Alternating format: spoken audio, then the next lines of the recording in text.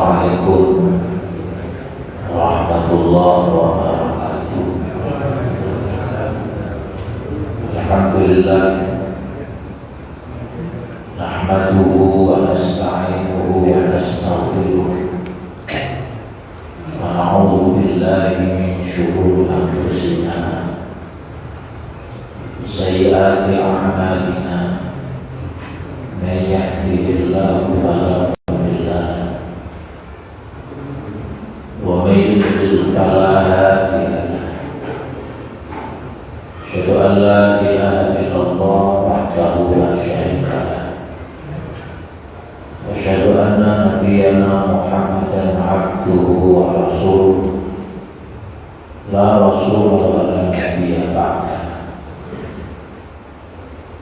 Allahumma shalli salli wa barik alaihi wa ala alihi wa sahbihi wa man tabi'ahum wa ba'd. Alhamdulillah, setelah melewati Ramadan dan kita sudah berada di ujung akhir bulan Syawal, yakni tepatnya hari ini tanggal 25 Syawal. Jadi malam ini dan besok kita sudah memasuki 26 Syawal. Kita bersyukur kepada Allah karena kita terus digolongkan oleh Allah, diberi anugerah oleh Allah, anugerah menjadi orang yang beriman. Karena dipilih menjadi Allah oleh Allah menjadi orang beriman itu bukan nikmat sembarangan. Kalau nikmat harta semua orang dikasih, sehingga lebih dikasih, yang taat ya dikasih, yang beriman dikasih, yang enggak beriman juga dikasih, yang ahli berbuat maksiat dikasih, yang taat juga dikasih. Tapi keimanan hanya diberikan orang-orang yang dipilih oleh Allah, orang-orang yang dicintai oleh Allah.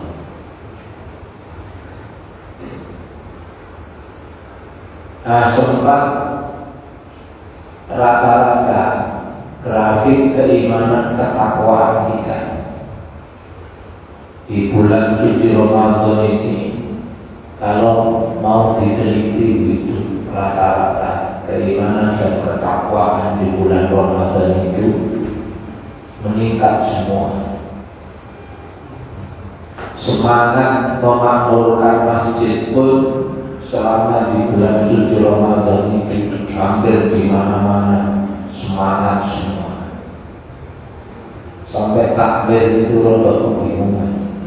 Dari masjid kurang gede. Tapi ternyata selesai Ramadan ini takbir ganti ngomongnya, tiba di masjid kegede. Ternyata begitu, mempertahankan kebiasaan baik yang sudah terjadi di bulan Ramadan itu tidak semua orang bisa. Karena itulah malam hari ini saya mencoba mengupas tips yang disarankan oleh ulama-ulama soleh kita. Gimana caranya supaya keimanan dan ketakwaan kita itu tetap terjaga, tetap terawat.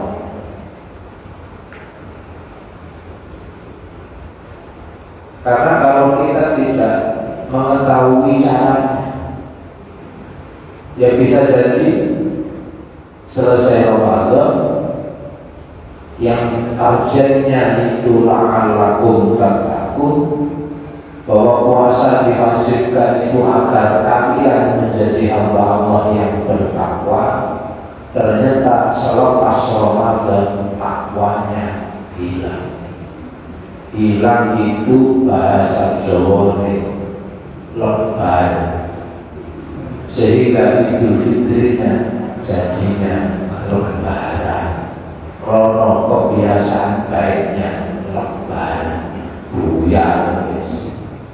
Sing Ramadan roto sregep sholat jamaah, hari Ramadan buyar lagi. Dan justru disitulah akan terdeteksi dengan sendirinya siapa yang benar-benar bertakwa.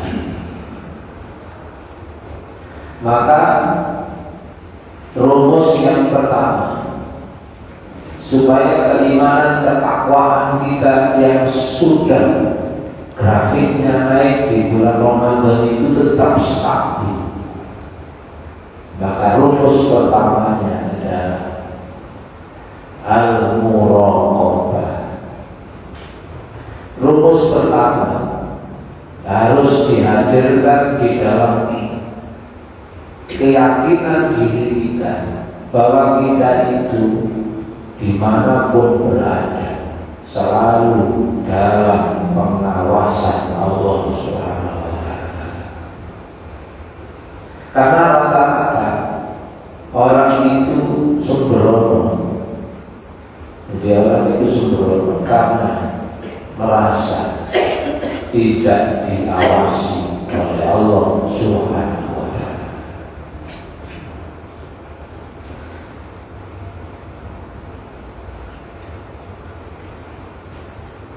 Jadi resep yang pertama itu al-muraqabah,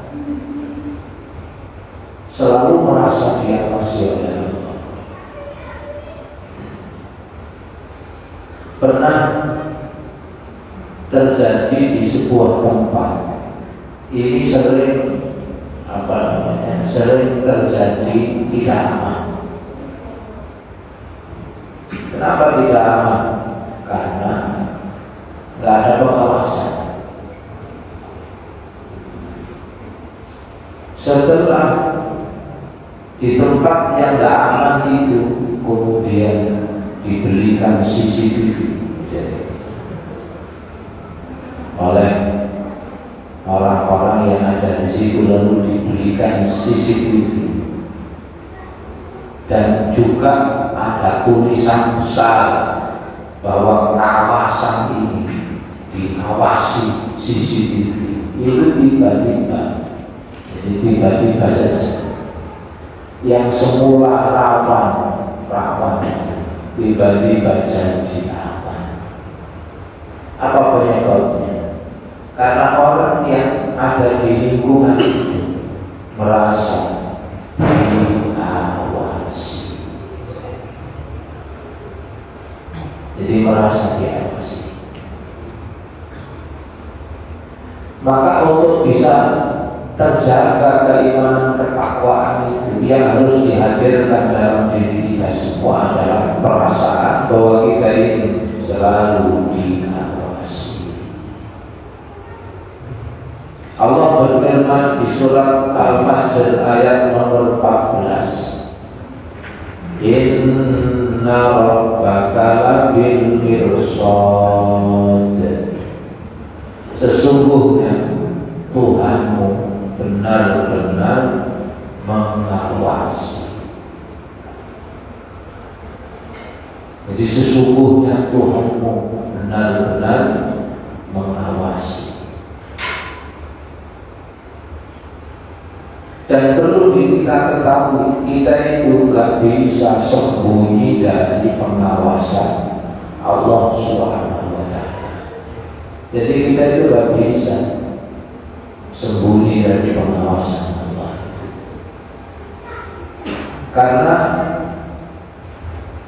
di surat yang lain Allah menjelaskan bahwa kalau ada orang sedang bertiga, terus orang bertiga itu ngomongnya bisik-bisik, maka yang keempatnya adalah Allah Subhanahu wa Ta'ala.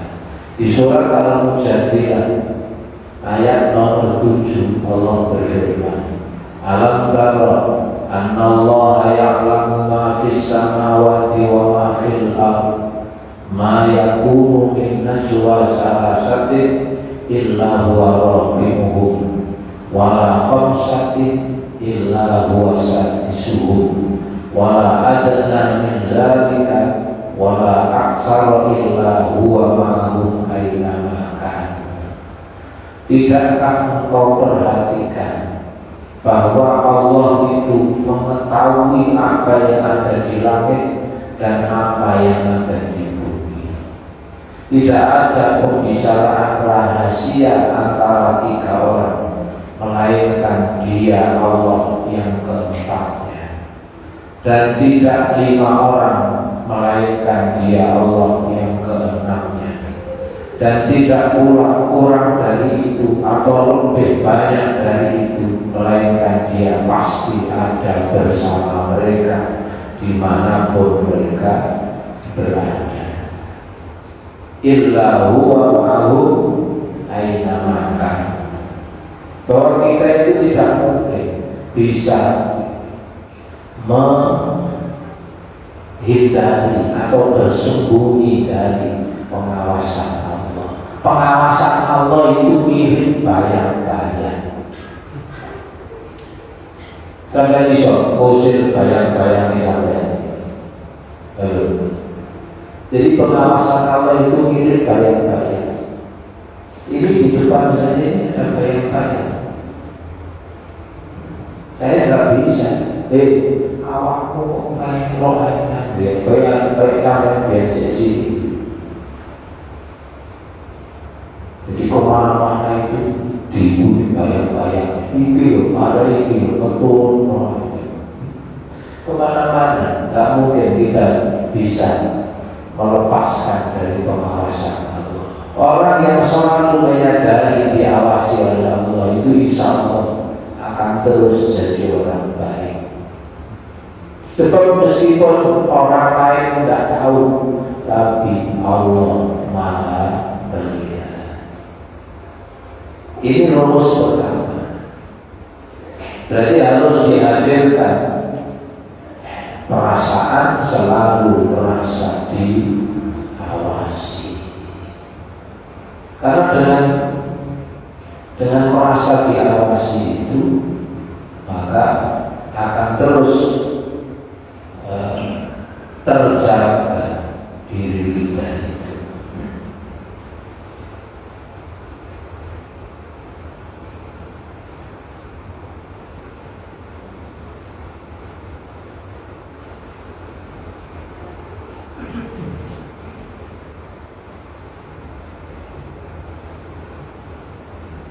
Kemudian rumus yang kedua.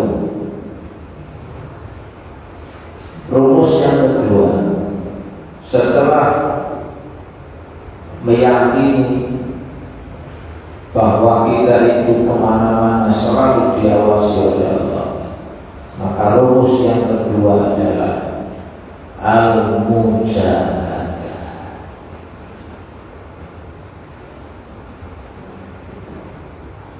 Mujahadah itu diambil dari kata jihad. Apa maknanya jihad? Jihad itu berjuang, perjuangan. Kita ini kalau ingin terus menjadi hamba yang bertakwa, harus benar-benar bermujahadah. Perlu kita ketahui, kita ini tanpa kita sadari, kita ini dikepung oleh musuh. Satu, setan. Benar ya? Ketuanya jenenge iblis. Jadi ketuanya setan namanya iblis. Kita ini punya musuh. Dan musuh ini, terutama iblis itu, pengalaman untuk menyesatkan orang, menjerumuskan orang itu sudah teruji. Karena iblis sudah hidup sejak zamannya Nabi Adam. Kalau kita biasa-biasa saja, ya, nggak ada perjuangan, nggak ada sungguh-sungguh, mesti kita itu nggak mungkin bisa terjaga keimanan ketakwaan kita ini. Jadi kita itu punya musuh, dan musuh kita nggak cuma satu, ada iblis. Terus di dalam diri kita ada hawa dan nafsu.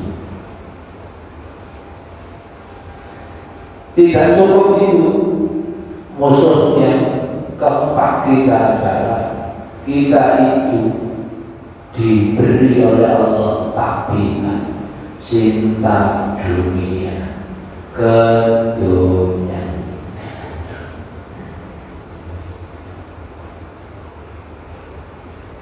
Ini tadi ada yang agak berat berangkat sholat maghrib berjamaah. Apa sebabnya? Karena Indonesia sedang semifinal melawan Cina. Halo. Iki orang ngomong sih gak takut. Bukan karena apa-apa, karena sudah kadung buka televisi, ternyata Indonesia sedang melawan Cina bulu tangkis Piala Thomas semifinal. Saya berangkat ke sini tadi, Ginting melawan Sopo kalah.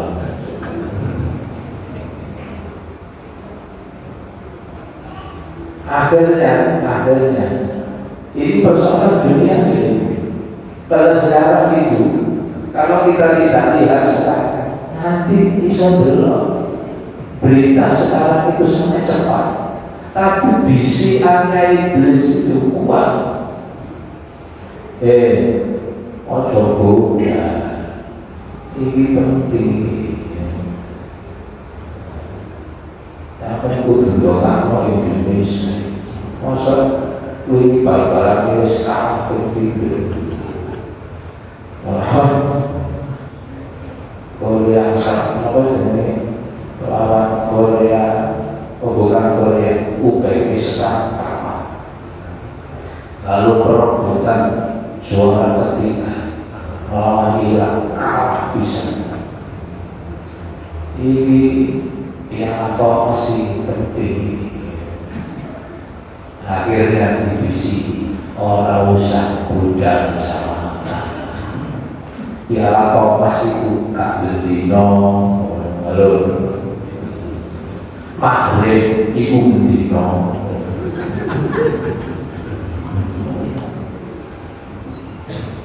Dari musuh berbeda. Coba saya yakin yang sekarang sampai di masjid ini dan kemudian duduk ngaji pasti sudah melewati perjuangan, sudah melewati namanya al-mujahadah. Makanya kenapa di dalam ketentuan syariat agama ini orang berbuat baik sekali itu langsung oleh Allah dicatat 10. Kenapa? Karena orang kalau mampu berbuat baik ini sebenarnya sudah berhasil berjuang mengalahkan berbagai macam godaan. Karena Allah itu nerol yang beriman kok ngakoni bisa itu dicatat 10.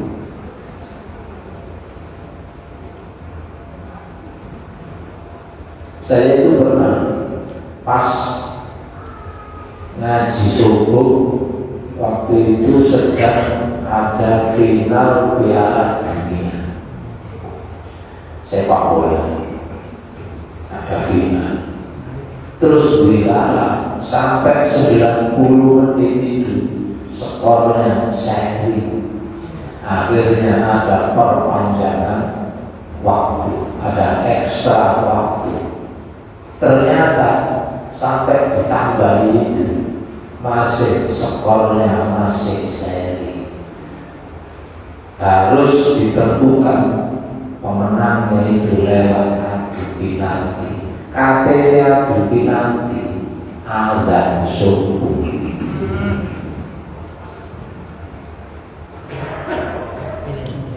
Ayo kira-kira ini sudah mau pas azan subuh, ternyata ditentukannya adu penalti. Kira-kira berangkat apa tetap melihat. Dan saya alami sendiri goro-goro adu penalti itu kajian subuh yang biasanya jamaahnya banyak itu bukan baris itu. Karena itu untuk bisa terawat keimanan ketakwaan ini butuh perjuangan. Namanya al-mujahadah. Dumone Allahumma paksa.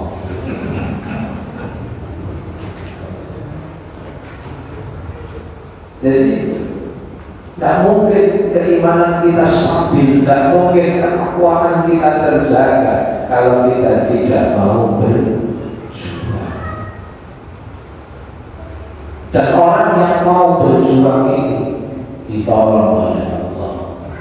Allah berfirman di surat Al-Ankabut ayatnya nomor 69, ayat terakhir. Surat Al-Ankabut ayat nomor 69. Itu surat ayat terakhir. Walladzina jahadu fina lanahdiyannahum subulana wa innallaha lama'al muhsinin. Dan orang-orang yang berjuang, jahadu itu bermujahadah, berjuang fina di dalam jalan kami, lana dianahu, maka benar-benar kami akan menunjukkan mereka subulana, ke jalan kami. Orang itu kalau mau berjuang nanti ditolong oleh Allah, diberi kemudahan. Kenapa? Wa innallaha lama'al muhsinin. Karena sesungguhnya Allah itu benar-benar bersama orang-orang yang terus berbuat kebaikan.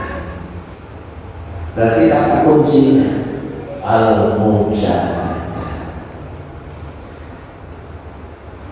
Saya pernah ditanya, gimana caranya bisa istiqomah sholat malam? Gimana Ustaz supaya bisa istiqomah sholat malam? Allahumma paksa. Jadi itu dipaksa itu istilah agamanya mujahadah. Meskipun sudah disetel alarm. Coba alarm itu bisa jamin atau tidak orang mau bangun sholat malam? Tidak. Alarmnya sudah disetel jam 2. Tiba-tiba jam 2 muni. Ya Allah ya tapi tani materi alarm. Ngomong ganggu. Orang bisa ngantuk. Padahal dia nyeting jam 2 disetel untuk bisa bunyi itu sudah. Ternyata pas bunyi bukan bangun tapi malah materi alarm. Ada bisikan begini, jam loro bisa kepengen belum.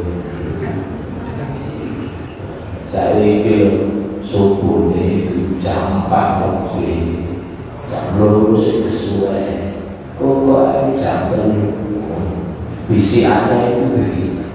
Jam 3 kan lumayan, bawa saja lumayan. Akhirnya dituruti, tangi apa? Wis kok kene koma, ayah Rasulullah, ayah Rasulullah, untuk koma di sholat kayak kerakam-kerakam, lu wis koma, mau berangkat kebelet pipis.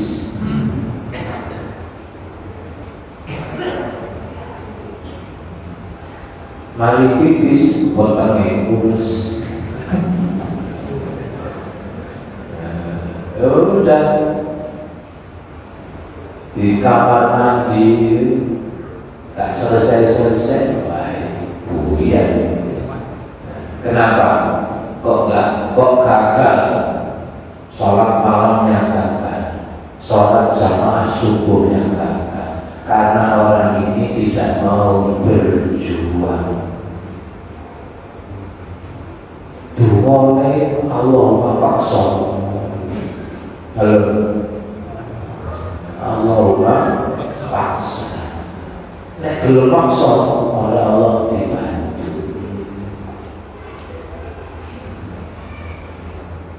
Itu namanya al-mujahid.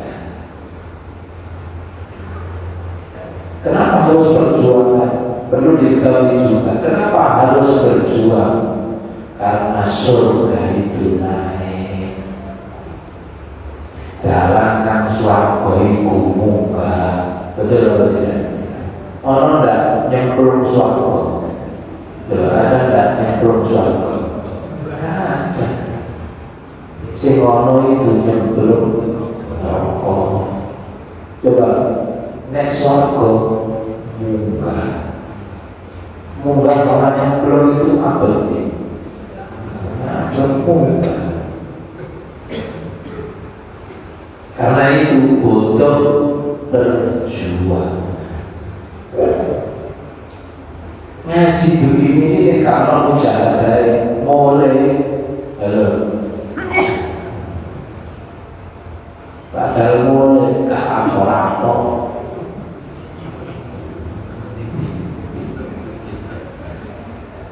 Delok TV ya gitu.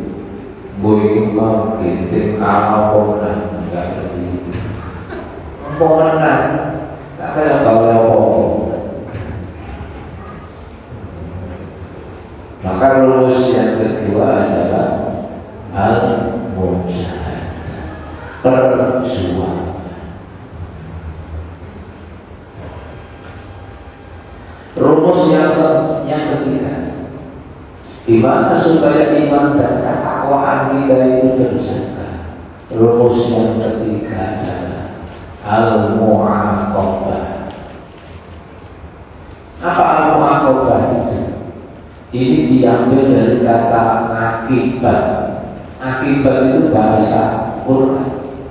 Wal akibatu lil muttaqin. Meyakini bahwa apapun pilihan kita ada konsekuensi, ada balasan dari Allah. Jangan sampai nanti kita itu akan menjadi orang yang menyesal. Jangan sampai nanti di kemudian hari kita itu menjadi orang-orang yang menyesal karena kita dulu menyia-nyiakan kesempatan. Kita yakin bahwa apa yang kita lakukan ini punya konsekuensi, punya akibat, ada balasan dari Allah. Orang yang memilih untuk terus menjadi orang baik, orang yang memilih untuk beramal soleh, karena dia percaya bahwa kalau dia memilih untuk beramal soleh itu akan diberi balasan baik oleh Allah.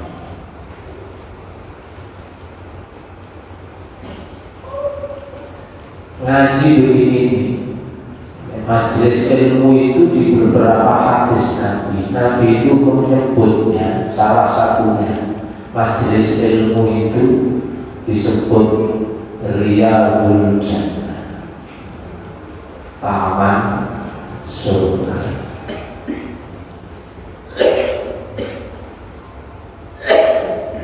Atau sebutan Nabi yang lain, jalan menuju surga.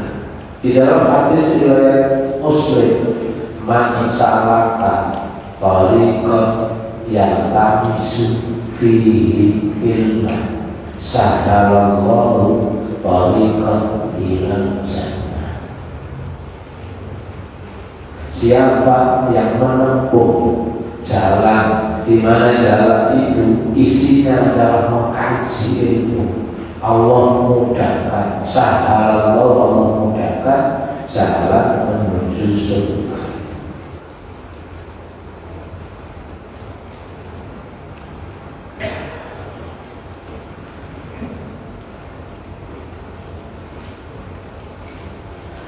Lah orang yang percaya bahwa pilihan menjadi hamba Allah yang baik, pilihan terus bertakwa, beramal soleh itu ada akibat, ada konsekuensi, ada balasan Allah. Orang yang percaya ada balasan Allah ini akan terus berhati-hati, gak akan berani sembarangan memilih perbuatan, karena perbuatan itu mesti dibalas. In ahsantum ahsantum li anfusikum wa in asatum falaha. Surat Al-Isra ayat nomor 7. Kalau kalian berbuat baik, maka kebaikan itu bermanfaat untuk dirimu sendiri.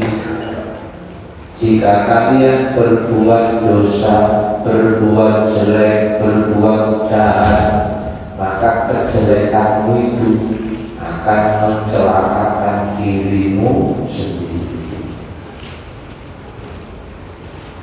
Karena itu pilih untuk terus berbuat baik. Kalau berat dipaksa. Dan ada ceritanya orang yang sudah bisa istiqomah itu dulu nggak butuh perjuangan berat. Orang-orang yang sudah istiqomah sholat maghrib berjamaah, orang yang sudah istiqomah sholat isya subuh berjamaah, itu sudah hasil dari perjuangan yang didasari karena percaya ada balasan Allah. Karena kalau percaya ada balasan Allah, masalahnya begini, masalahnya godaannya itu balasan Allah, pahala itu kaketok. Masalahnya di sini, pahala itu gak kelihatan, hanya berupa janji. Contoh hadis Nabi, Rakatul Fajr khairun minad dunya wa ma fiha. 2 rakaat sunnah sebelum subuh itu rokane luwih larang timbang dunia dan segala isinya. Ini kan janji, duduk rupa ATM. Makanya meskipun sudah sholat sunnah sebelum subuh, sudah sholat subuh jamaah, terus pagi-pagi pulang dari masjid ketemu gue, nangkal nggak bisa. Bu, aku mau sholat sunnah sebelum subuh, ketemu gue. Ya Allah, jadi bisa kawan gue bawa ajaran sholat sunnah sebelum subuh, gak ayu.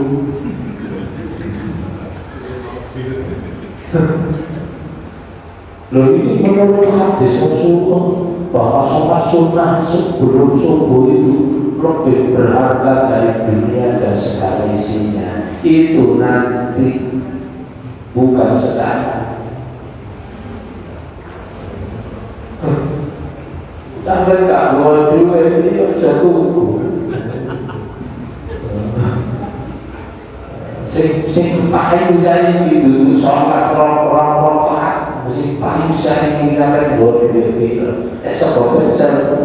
Sebab betul RPK dong, iwake, itu ngebu. Kita tambah 15.000.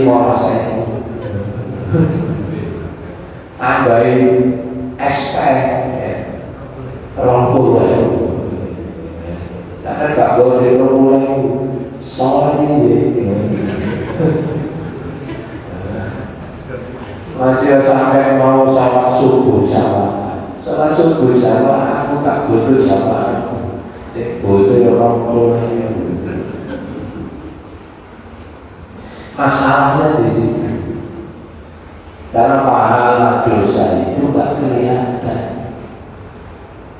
Tapi orang yang bertakwa, kenapa bisa istiqomah bertakwa? Coba dengan teliti di surat Al-Baqarah awal-awal Allah menyebut sifatnya orang yang bertakwa. Di ayat 1 dan 2, Alif Lam Mim, Dzalikal kitabul la raiba fihi hudal lil muttaqin. Bahwa Alif Lam Mim, bahwa kitab ini petunjuk, tidak ada keraguan dan petunjuk bagi orang yang bertakwa. Terus siapa orang bertakwa itu? Coba, ini yang menarik.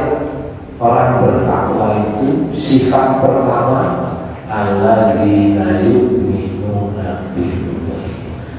Sing dibahas dulu sholat dulu. Orang-orang yang percaya kepada yang gaib. Pahala itu boleh, dosa itu juga boleh, tapi dia percaya.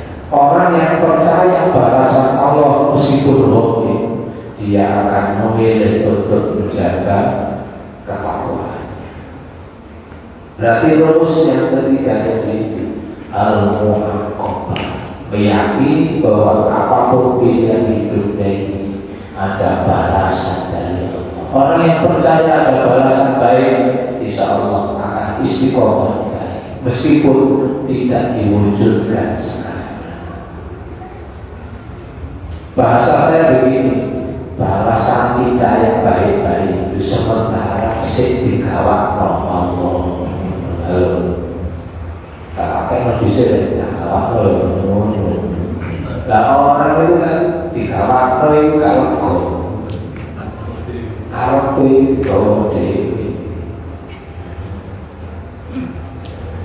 dikasihkan kapan?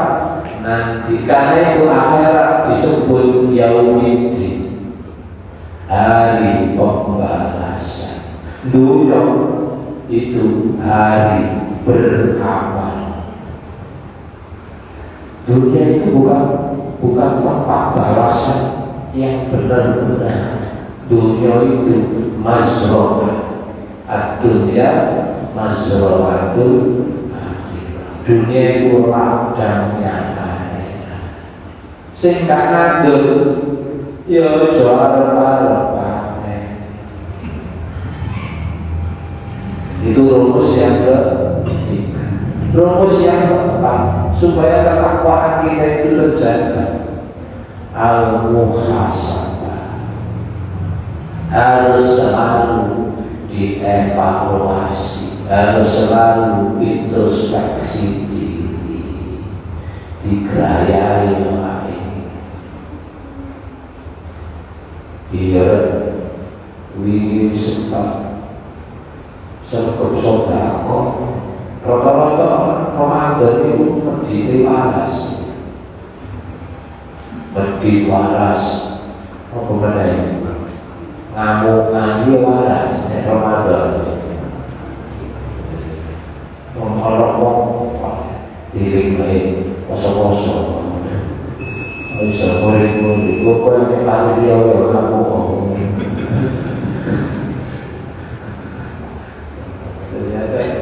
Jadi rumusnya harus muhasabah. Yang dikoreksi siapa?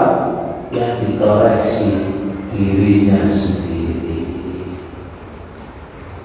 Kata Umar bin Khattab, ini bukan hadis, ini tolong jangan dianggap hadis. Ini ungkapannya Umar bin Khattab. Hasibu qabla an tuhasadu. Koreksilah dirimu sendiri, hisablah perbuatanmu sendiri sebelum nanti perbuatanmu akan dihisab oleh Allah Subhanahu wa Ta'ala.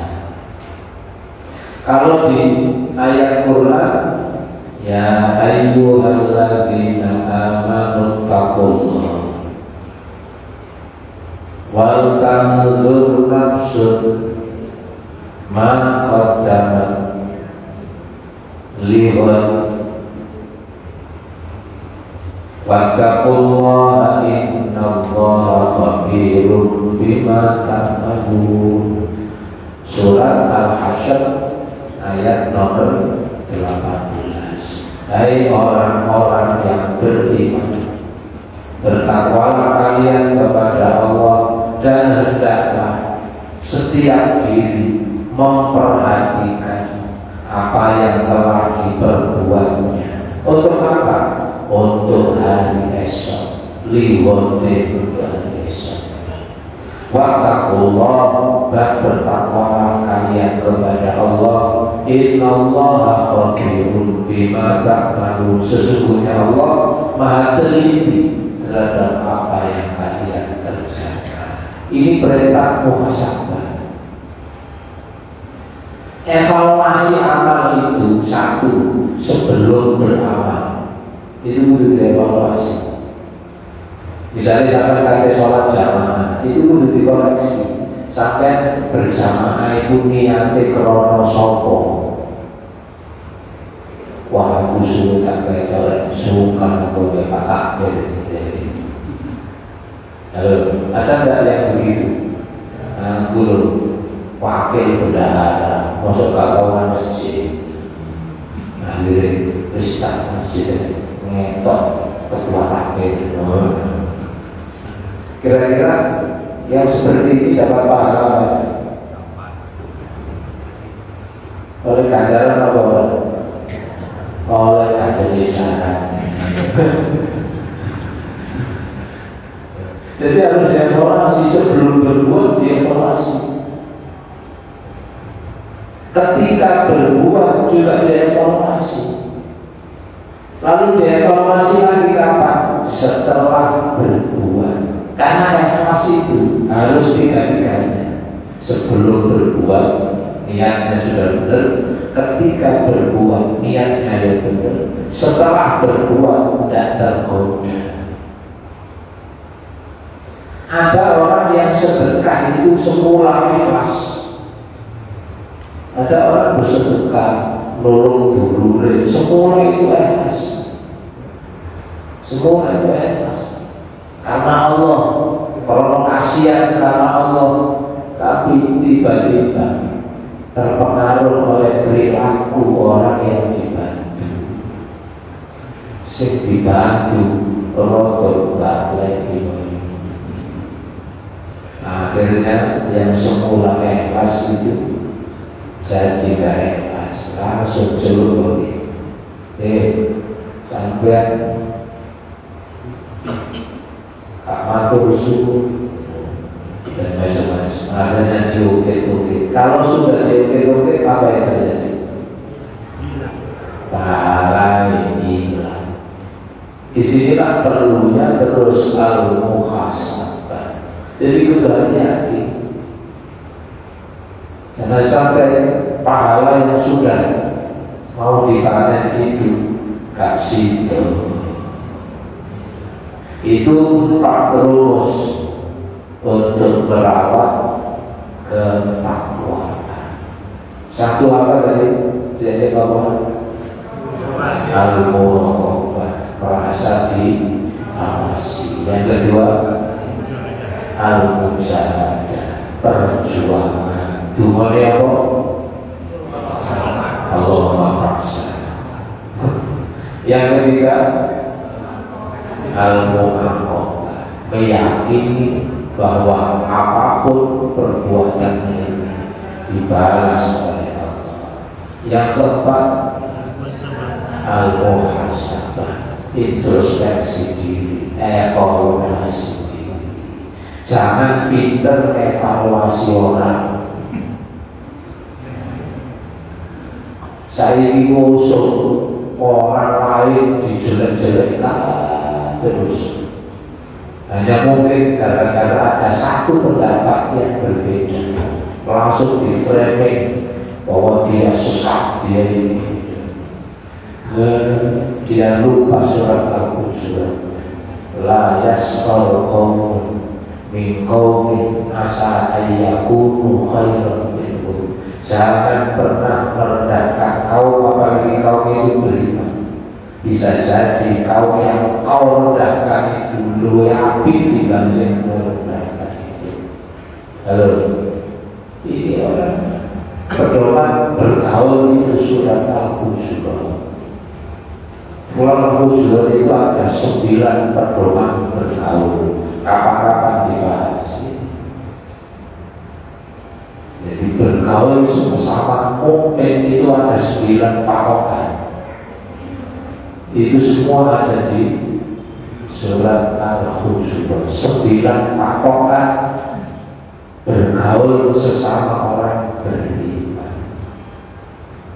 Kalau 9 ini tidak di akhirnya nanti jadi orang yang merasa benar sendiri, dan itu bahaya. Orang yang sudah merasa benar sendiri berarti dia sudah masuk grupnya iblis secara tidak langsung. Alhamdulillah, saya kira itu mudah-mudahan diberkahi Allah. Subhanallah wa bihamdihi, asyhadu an la ilaha illa anta, astaghfiruka wa atubu ilaik, walhamdulillahi rabbil alamin. Assalamualaikum warahmatullahi wabarakatuh.